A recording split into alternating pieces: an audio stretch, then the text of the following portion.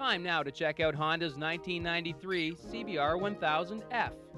If this leader class sport touring machine looks familiar, it's because this liquid-cooled inline 4 is a direct descendant of the Honda Hurricane, sold here in Canada back in 1987 and 88.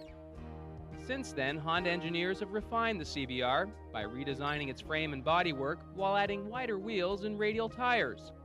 In the engine department, you'll find a maintenance-free digital ignition, more compact 38mm carburetors, and improved valve seat material for increased durability. But the biggest change found on the CBR has to be its innovative linked braking system.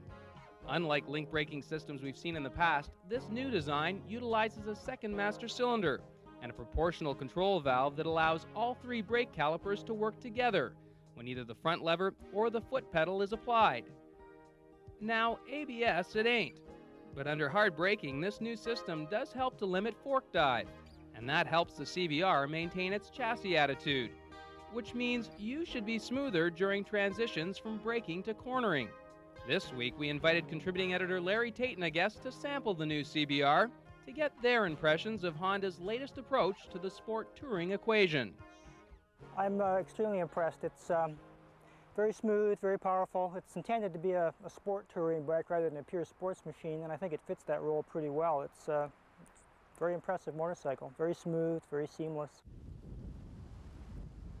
I found it very enjoyable.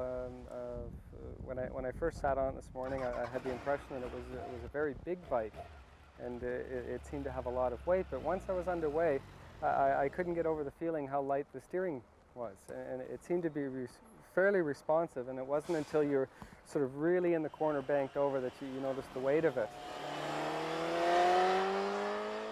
The power seems very seamless in that there isn't sort of a rush when it comes on the cam, and I was expecting more of a bottom end type of bike, something that was very, very powerful right off the line, and I didn't find that in this. But it was very, very smooth, very nice, and I could see putting a lot of miles on this bike just because it was very comfortable, the positioning was nice, and the power delivery was so smooth. So things like passing cars, and it's geared very long too. It's only turning about 4,000 RPM at 110, 120K, so you know it's going to get great gas mileage, and it's very relaxing. There's no vibration to speak of at that kind of speed. So. Judging by the riding we were doing this morning, I don't think the mileage is that good. Of course, the big thing on this that's different from any other bike in the world really is the new linked braking system on it. I know you weren't too impressed with the idea when you first heard about it and when you first rode it. Have you changed your mind at all since you've been on it a bit? I don't think so. In just our riding around, I found it quite disconcerting to use the rear brake because it would cause the front end to dive. And just through the course of riding it around, I did acclimatize to it, but I found it was really only useful in really hard stopping, in that it tended to settle the bike nicely, and it would pull down from speed. But in low speed maneuvering and things like that, touching the back brake would seem to cause a fair amount of dive, and I found it unsettling. I was dubious about it, much like Dave was when we started, but I was very impressed when I actually used them. We were fooling around yesterday, and you could get up to, well, faster than you should be going on the highway, I guess, and just stand in the rear brake, and it would just slow down and stop very smoothly and very controlled without having to use the lever at all. Now, I don't recommend that, but it's certainly a good safety feature for people maybe who aren't that used to big fast bikes, or maybe who panic a little bit when they're using the brakes or don't use the front as much as they should, which is a very common mistake with a lot of people, even those who've been riding for a while. So for the less experienced rider, I think it's a really good safety feature. I found the clutch to be very smooth, a lot better than some of the hydraulic ones I've tried, which tend to be a little chatty, a little abrupt, but this one is quite nice. I found the gearbox a little bit notchy, but then it's still fairly new, so between second and third especially, I've got a bit of a kick occasionally, but other than that, I thought it was, again, sort of typical Honda, very light, you know. Yes, that's the way I would sum it up. Very typical Honda. The controls work very nicely, and the adjustable lever was nice. I was playing around with that this morning. Just for different sizes of hands. It's much like the Hurricane that came out several years ago. It's been missing from the lineup for a couple of years. You know, they've done a few changes to the fairing. They've pulled the lights back in a little bit. It's a little sharper drop off at the front, a little more aerodynamic, I guess.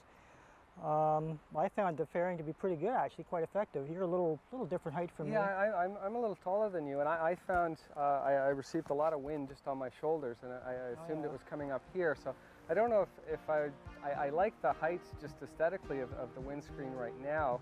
And if it was to be any higher, I think it would lose the quality that it has. It might require just a little different shape. Maybe a lip or something like that on the top. Yeah, just to maybe kick the air up or something. Well, there is a bit of a difference in height, so I didn't really find that too much. I noticed the live air around my shoulders, but I didn't get much of a blast on my helmet at all. For me, it was pretty comfortable. They got in a lot of trouble with the colors and the paint, as you're saying, like the rear wheel here, which is one metal.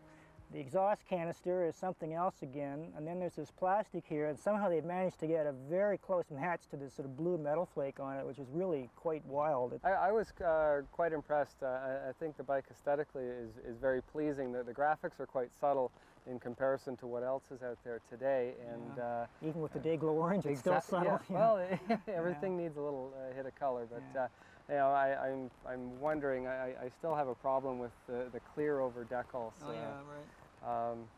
But overall, I think it's a very nice bike. Just to recap, on the downside, the CBR could use a little more leg room.